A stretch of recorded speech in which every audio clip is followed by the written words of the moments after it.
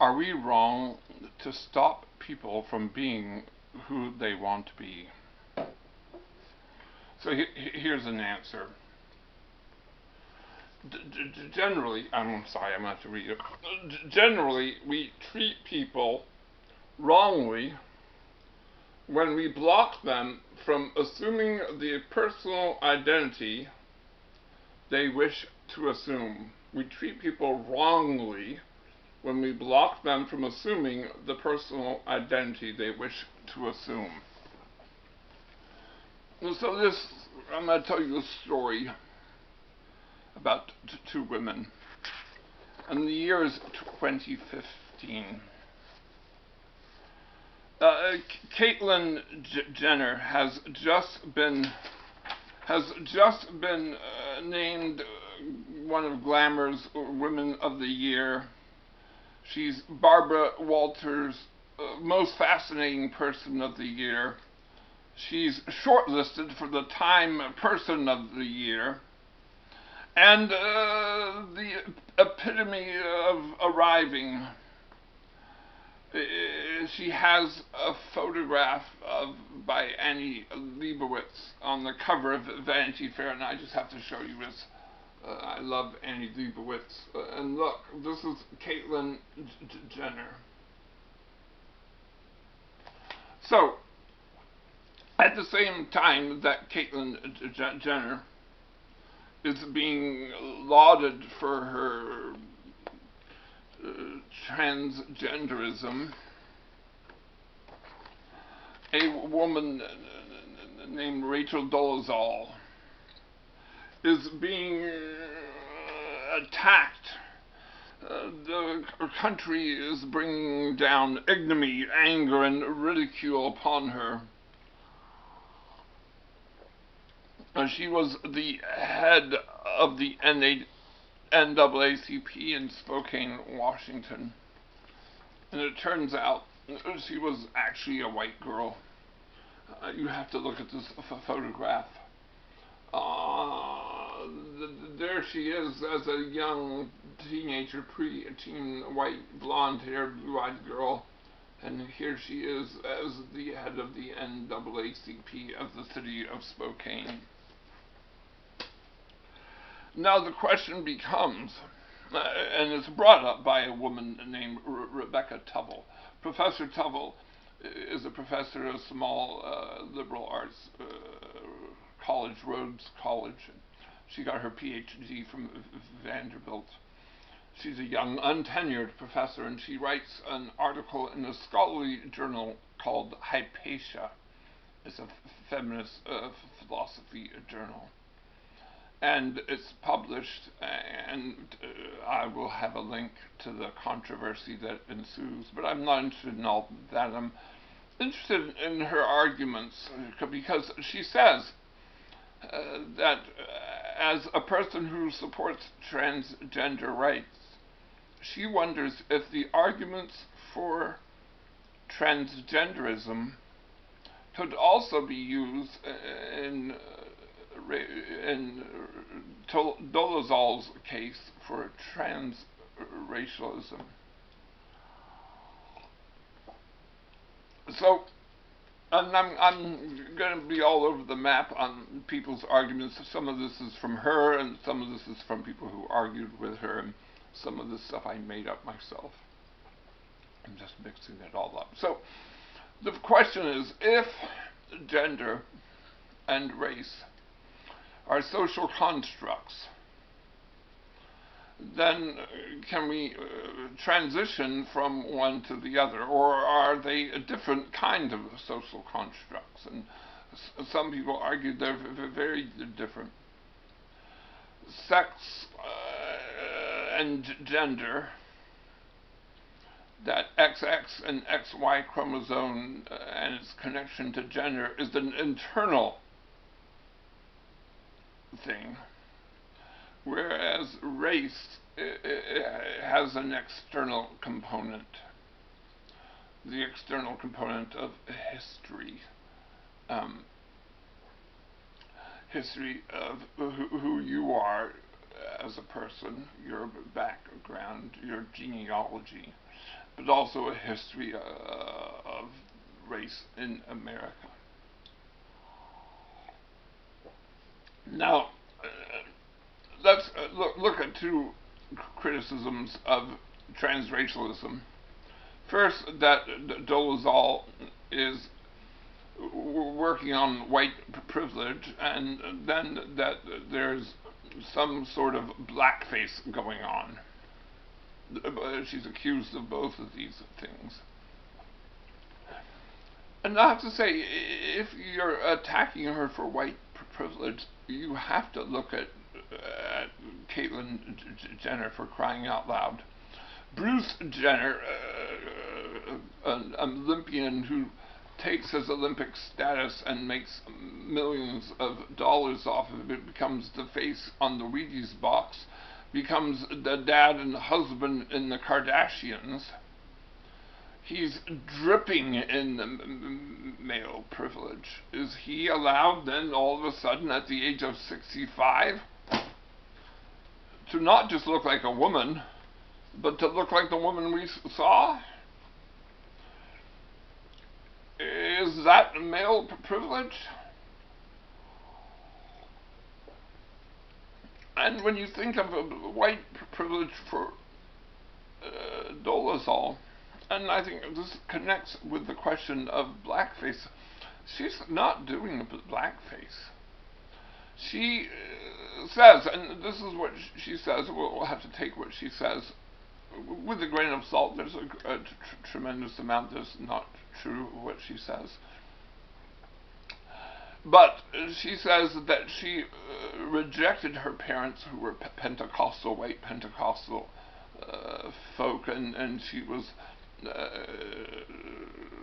had a rupture with them, and she found an older black man who she saw as her father. Her parents did adopt some black children, so she has black stepbrothers and I think a stepsister. She goes to Howard for graduate degree and studies art and painting, and is involved in the culture of black culture. She marries a black man. She has two black young sons.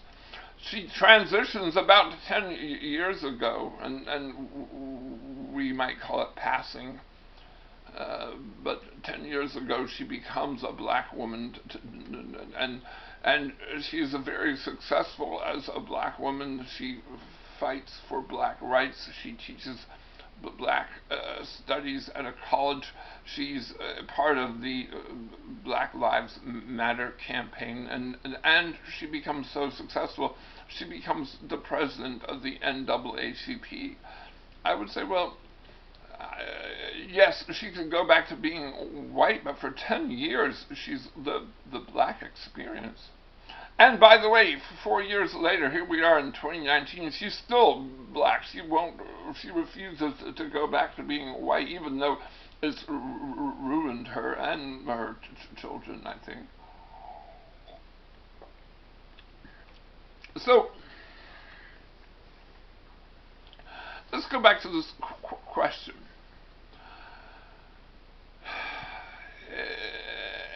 If you're black, or if you say you're black, you have to have either ancestors from Africa or be from Africa yourself in the United States.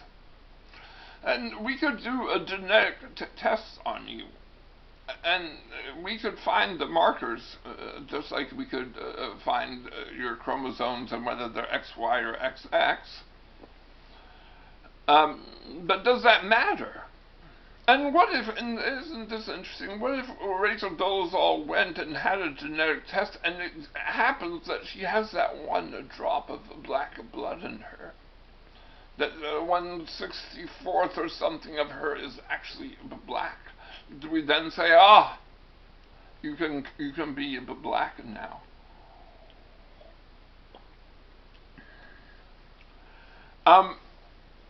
And the question, we can look at another version of this.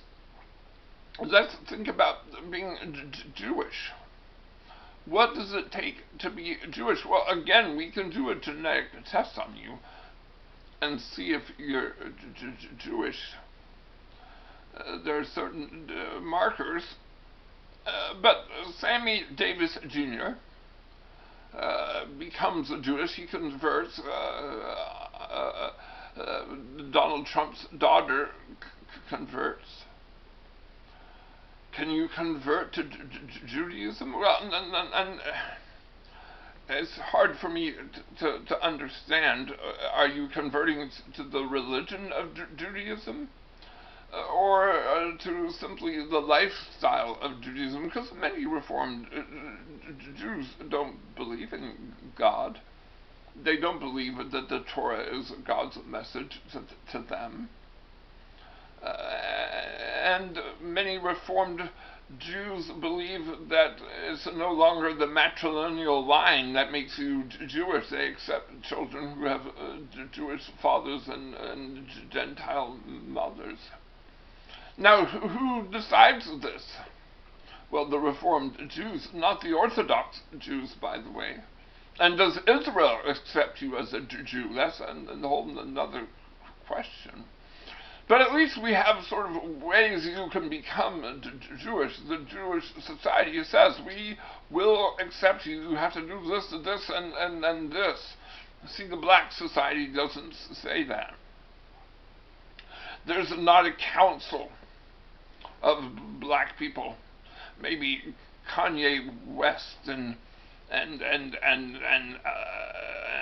Ta-Nehisi Coates and Oprah Winfrey and Will Smith and Cornel West and we'll throw some conservative in there. I can't remember his name. But what if they said, aha, we will accept you? Well, they don't speak for the black community. And there's going to be a black community in Spokane, Washington. And I'll tell you right now, they're not accepting her because they feel fooled by her. But think about those people 100 years ago who didn't feel like men or didn't feel like women. And they wanted to change and they wanted to pass as the other. Didn't they have to lie? Didn't they have to deceive society? And this becomes the question, and I think the answer, by the way, I think Tubble's wrong. Tubble says, yes, we should allow racialism, and she shows how the arguments for transgenderism work for transracialism. And I think one of the most serious problems is, well, what if society says no? As the black society has said, no, you can't be a white person and become a black person. We're just saying no. There's a history of blackness in America and white stuff, bad stuff happening to black folk, and you just can't join up. We don't take converts like the Jews do. But then the question becomes, well, does society have to accept transgender individuals? There's no reason society has to, right? And you might say, well, society has. Well, yes, the East Coast, New York, LA folk have accepted transgender people. But has the greater American society accepted transgender people? And I don't think so. This is, in fact, the argument that's going on.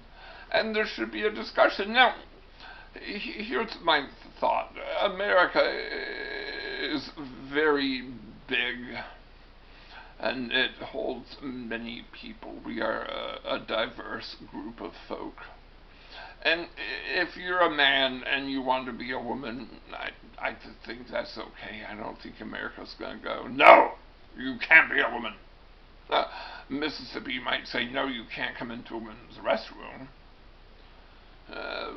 But I don't think, I think you can be transgender. You might not be accepted. That's the problem. Now, if you want to be accepted in all society as a woman or a man, now I don't don't know, will allow you to do it, but we may not accept you. Or maybe we should, but I don't think that discussion has been had yet. And if you think that the question has been answered and people are being evil and transphobic for even thinking about this question, I think you're wrong. I think people need to talk this out. I kind of feel like homosexuality has been talked out, and people still haven't accepted it, but at least we understand and know it. No one's freaking out about that. On the other hand, we haven't had this talk. And let me just quickly throw this in, even though we're at 15 minutes and 54 seconds. How crazy is that?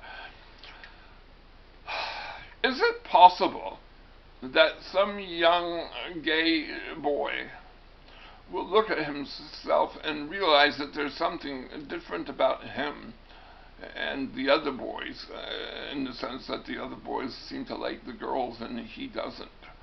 He likes the boys, and not think to himself, I'm not like these other boys, I must be a girl. And the answer is, no, you're not a girl, you're not a woman, you're a gay guy. Is there confusion there? And I'm not saying, by the way, that's the answer for all people who are transphobic, because there are people, the one I mentioned in the other lecture, our judge here in Houston is transgender and is with a woman. So it's not that he's gay. Your sexuality does not, who you like sexually does not always connect with who you think you are as a man or a woman. I understand that. But it's still complicated. We don't understand very much of what's going on there, and I still think we should ask some more questions. So that's my talk on transgenderism. I'm not saying no to transgenderism. I'm just saying I'm not ready to fly that flag yet. I would like to hear some more about this, and we need to discuss it a whole lot more. Thanks.